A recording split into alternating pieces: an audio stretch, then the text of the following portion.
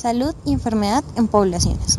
Después de terminar esta sección del capítulo, el lector será capaz de cumplir con los siguientes objetivos. Definir el concepto de epidemiología. Comparar el significado de los términos incidencia y prevalencia en cuanto a su relación con medidas de frecuencia de enfermedad. Diferenciar los niveles de prevención primario, secundario y terciario. La salud de las personas tiene un vínculo estrecho con la salud de la comunidad y de la población que comprende. La capacidad de atravesar continentes en cuestión de horas ha abierto el mundo a problemas de poblaciones a nivel global. Las enfermedades que antes se confinaban a áreas locales en el mundo ahora son una amenaza para la población en todo el mundo. Conforme avanza el siglo XXI, se nos recuerda continuamente que el sistema de atención médica y los servicios que proporcionan están enfocados a poblaciones particulares. Los sistemas de atención administrados se enfocan en una estrategia basada en población para planificar, administrar, proporcionar y evaluar la atención médica. El foco de la atención médica también ha empezado a surgir como una sociedad en la cual se pide a las personas que asuman una mayor responsabilidad por su propia salud. Epidemiología y patrones de enfermedad. La epidemiología es el estado de la ocurrencia de enfermedad en poblaciones humanas. Se desarrolló en un principio para explicar la diseminación de las enfermedades infecciosas durante las epidemias y ha surgido como una ciencia para estudiar los factores de riesgo para enfermedades multifactoriales, como la cardiopatía y el cáncer. La epidemiología busca patrones de las personas afectadas por un trastorno particular, como edad, procedencia étnica, hábitos de la dieta, estilo de vida o localización geográfica. En contraste con los investigadores biomédicos que estudian los mecanismos de la producción de enfermedad, los epidemiólogos se preocupan más por lo que pasa que por la forma en que pasa. Por ejemplo, el epidemiólogo está más preocupado por si el tabaquismo por sí mismo está relacionado con enfermedad cardiovascular y por si el riesgo de cardiopatía disminuye cuando se deja de fumar. Por otro lado, el investigador biomédico está más preocupado por el factor causal en el humo del cigarrillo y la vía por la cual contribuye a la cardiopatía. Gran parte del conocimiento acerca de una enfermedad proviene de los estudios epidemiológicos. Se utilizan métodos epidemiológicos para determinar la forma en que se disemina una enfermedad, cómo controlarla, la forma de prevenirla y cómo eliminarla. Los estudios epidemiológicos también se utilizan para estudiar la evolución natural de la enfermedad, evaluar nuevas estrategias preventivas y de tratamiento, explorar el impacto de diferentes patrones de salud y atención médica, y pronosticar las necesidades futuras de atención médica. Como tal, los estudios epidemiológicos sirven de base para la toma de decisiones clínicas, de asignación de fondos para la atención médica y el desarrollo de políticas relacionadas con problemas de salud pública. Incidencia y prevalencia. Las mediciones de la frecuencia de enfermedad son un aspecto importante de la epidemiología. Establecen un medio para predecir qué enfermedades están presentes en una población y proporcionar una indicación de la velocidad a la que aumentan o disminuyen. Un caso de enfermedad puede ser un caso existente o el número de episodios nuevos de una enfermedad particular que se diagnostica dentro de un periodo dado. La incidencia refleja el número de casos nuevos que surgen en una población en riesgo durante un tiempo específico. La población en riesgo se considera que son las personas sin la enfermedad, pero que están en riesgo de desarrollarla. Se determina mediante la división del número de casos nuevos de una enfermedad entre la población en riesgo de desarrollar durante el mismo periodo. La incidencia acumulada calcula el riesgo de desarrollar la enfermedad durante este periodo de estudio. La prevalencia es una medida de enfermedad que existe en una población en un momento dado. La prevalencia no es un cálculo de riesgo de desarrollar una enfermedad, porque es una función tanto de los casos nuevos como de qué tanto tiempo permanecen los casos en la población. La incidencia y la prevalencia se informan siempre como tasas.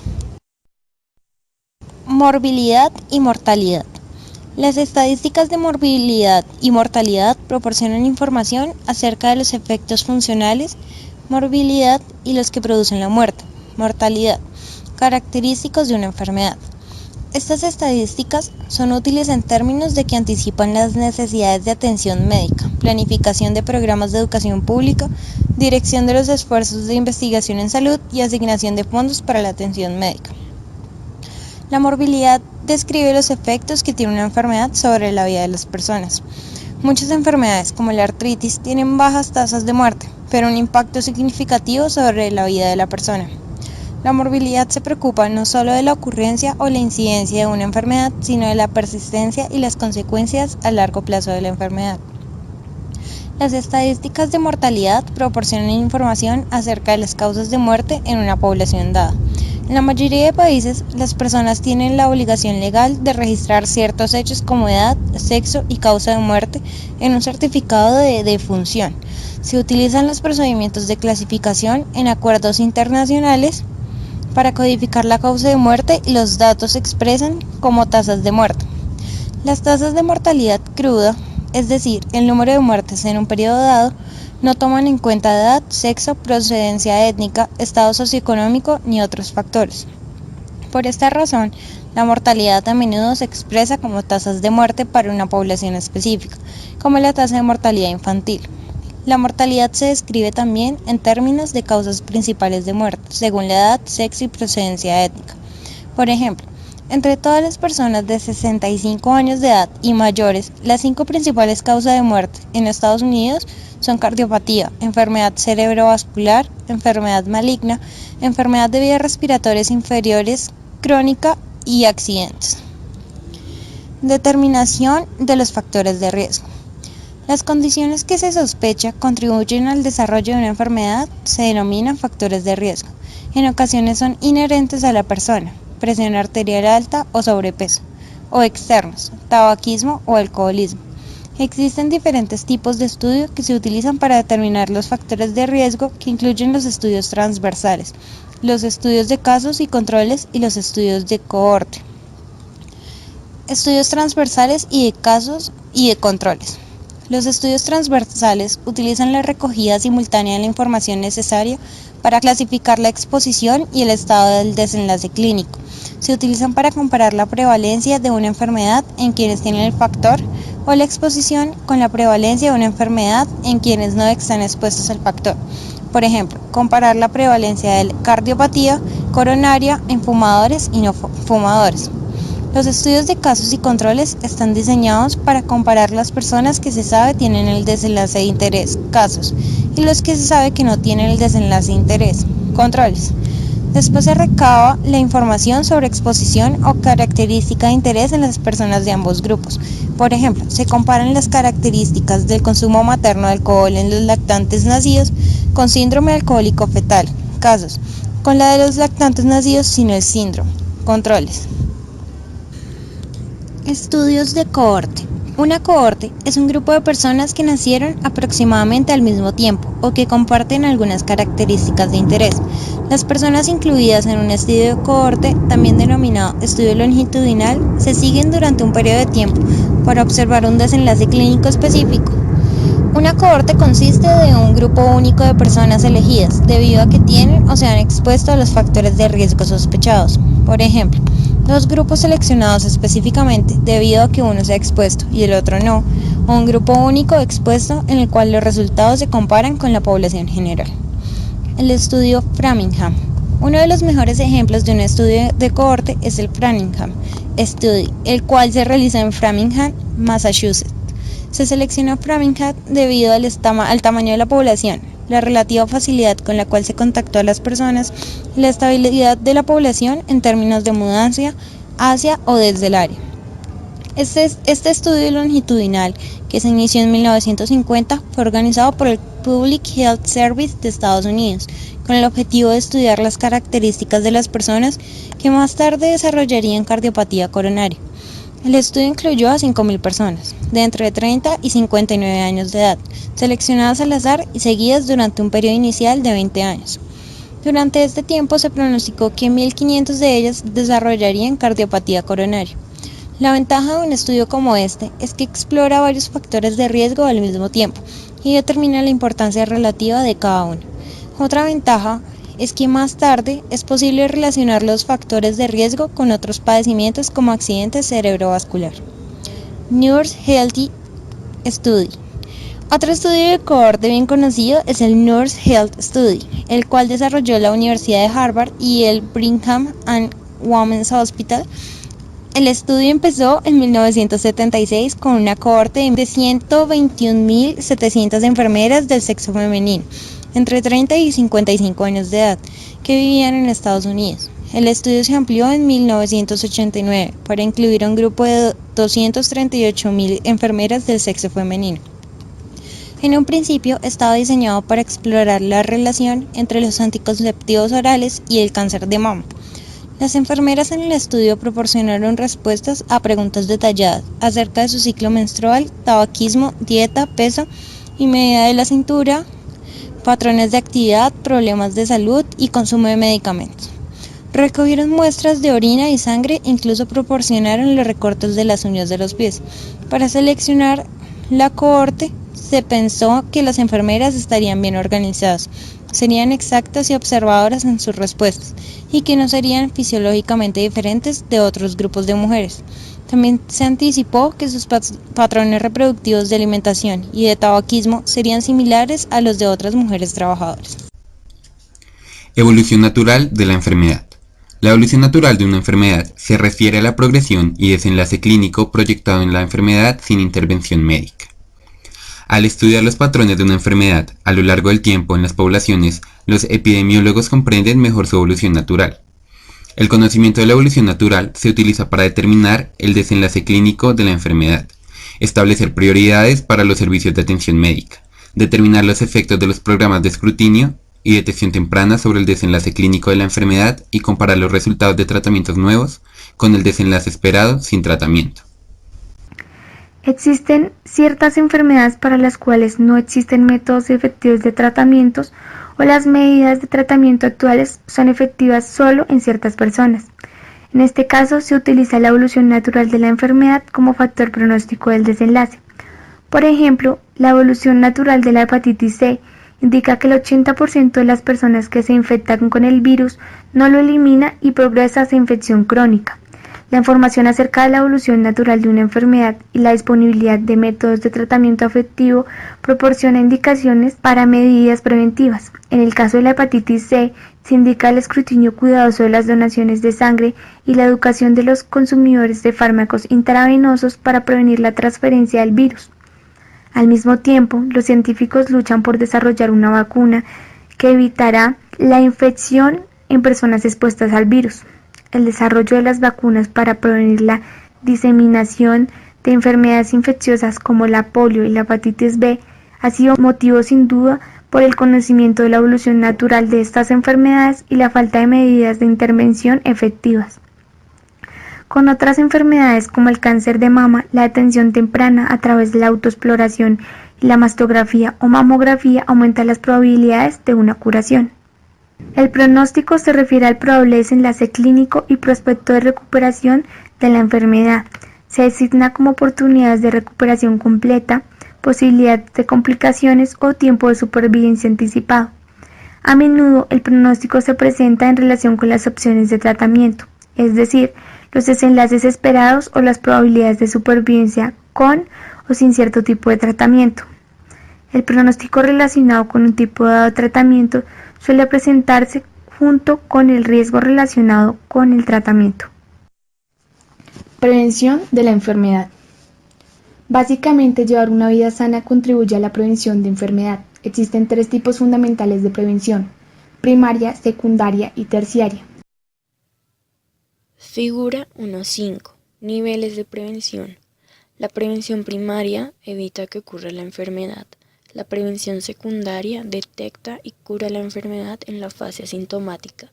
La prevención terciaria reduce complicaciones de la enfermedad. Es importante observar que los 3 niveles están encaminados a la prevención. La prevención primaria está dirigida a evitar que la enfermedad ocurra mediante la eliminación de todos los factores de riesgo. Ejemplos de prevención primaria incluyen la administración de ácido fólico a las embarazadas y mujeres con posibilidad de embarazarse para prevenir defectos del tubo neural en el feto, vacunar a los niños para prevenir enfermedades contagiosas y aconsejar a las personas que adopten un estilo de vida saludable como medio de evitar la cardiopatía. La prevención primaria a menudo se lleva a cabo fuera del sistema de atención médica a nivel comunitario. Algunas de las medidas de prevención primaria son obligatorias por ley. Por ejemplo, utilizar los cinturones de seguridad en los automóviles y el empleo de casco en las motocicletas. Otras actividades de prevención primaria, por ejemplo, el empleo de tampones para los oídos o mascarillas para el polvo, se llevan a cabo en ocupaciones específicas. La prevención secundaria detecta temprano la enfermedad cuando todavía es asintomática y las medidas de tratamiento proporcionan una curación o detienen la progresión de la enfermedad. Utilizar el estudio de Papa Nicolau para la detención temprana del cáncer cervical es un ejemplo de prevención secundaria.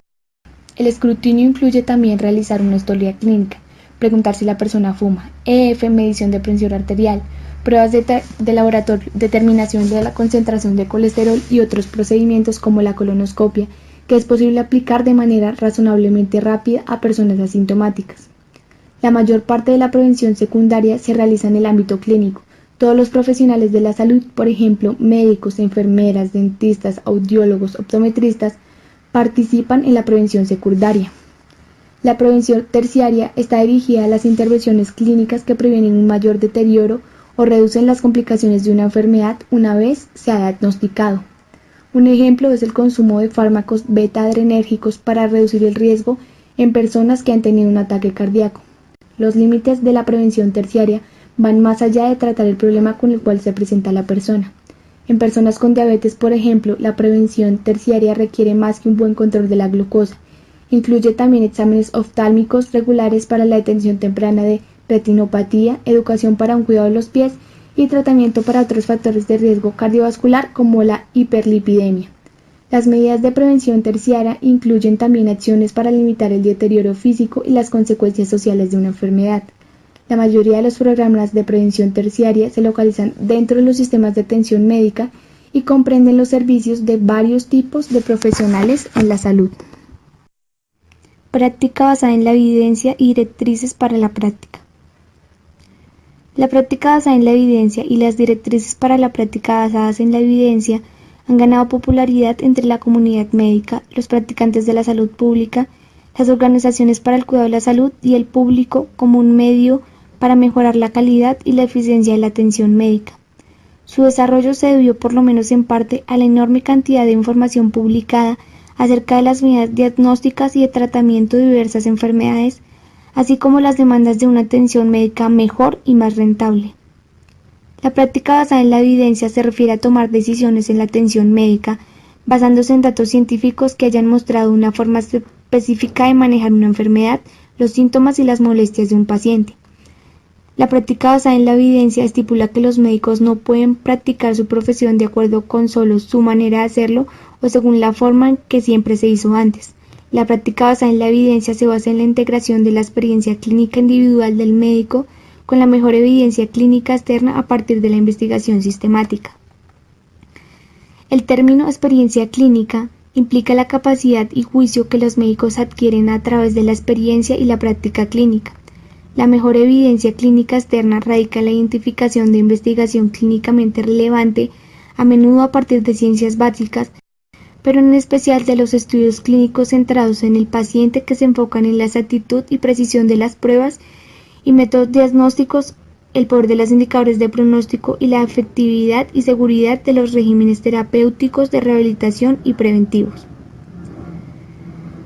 Las directrices para la práctica clínica son afirmaciones desarrolladas de manera sistemática con la intención de informar a los médicos y a las personas que toman las decisiones acerca de la atención médica para circunstancias clínicas específicas.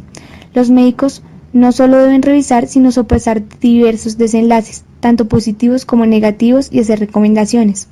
Las directrices son diferentes de las revisiones sistemáticas. En ocasiones toman la forma de algoritmos que son métodos paso a paso para resolver un problema, de directrices de la atención hechas por escrito o una combinación de ellos. El desarrollo de las directrices para la práctica basadas en la evidencia a menudo utiliza métodos como el metaanálisis para combinar la evidencia proveniente de diferentes estudios para producir un cálculo más preciso de la exactitud de un método diagnóstico o los efectos de un método de intervención.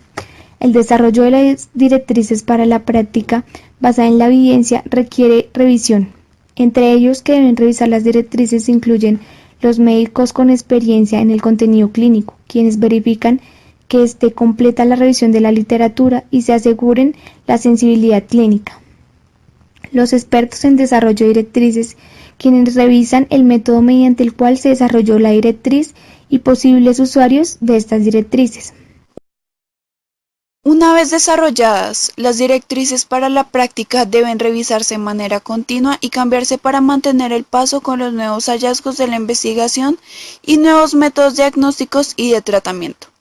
Por ejemplo, tanto las Guidelines for the Prevention, Evaluation and Treatment of High Blood Pressure, que desarrolló en 1972 el Joint National Committee, como las Guidelines for the Diagnosis and Management of Asthma, desarrollado primero en 1991 por el Expert Panel, han sufrido múltiples revisiones conforme evolucionan nuevas evidencias procedentes de la investigación. Las directrices para la práctica basadas en la evidencia que intentan dirigir la atención médica son también importantes para orientar la investigación hacia los mejores métodos de diagnóstico y tratamiento específicos para los problemas de salud.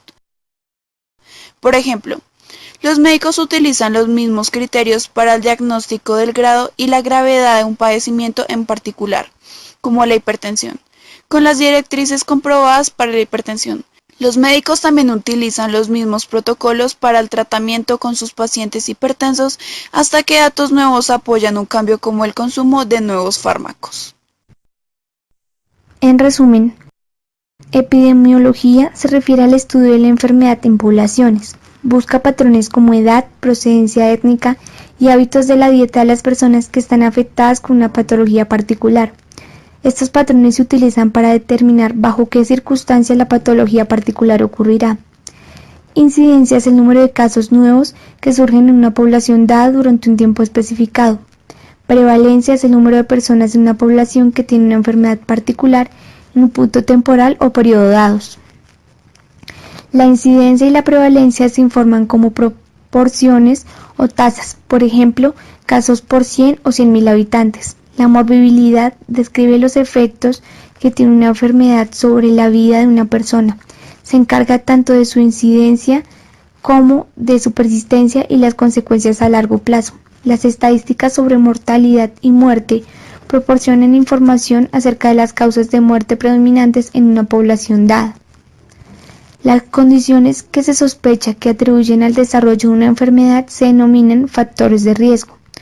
Los estudios utilizados para determinar los factores de riesgo incluyen los estudios transversales, los estudios de casos y controles y los estudios de cohorte.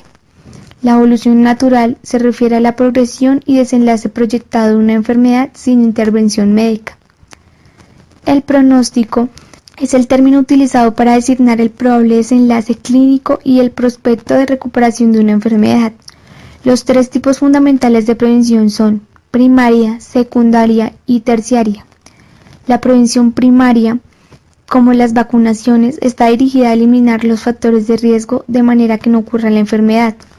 La prevención secundaria, como el estudio de Papanicolau, detectar la enfermedad cuando aún es asintomática y curable con tratamiento. La prevención terciaria, con el consumo de beta-adrenérgicos para reducir el riesgo de muerte en personas que han tenido un ataque al corazón, se enfoca en intervenciones clínicas que previenen un mayor deterioro o reducir las complicaciones de una enfermedad. La práctica basada en la evidencia y las directrices para la práctica basadas en la evidencia son mecanismos que utilizan la mejor evidencia actual para la toma de decisiones acerca de la atención médica de las personas. Se basan en la experiencia del médico individual integrada con la mejor evidencia clínica proveniente de la revisión sistemática de estudios de investigación creíbles. Las directrices de práctica toman forma de algoritmos, las cuales son métodos paso a paso para resolver un problema, directrices escritas o una combinación de ellos.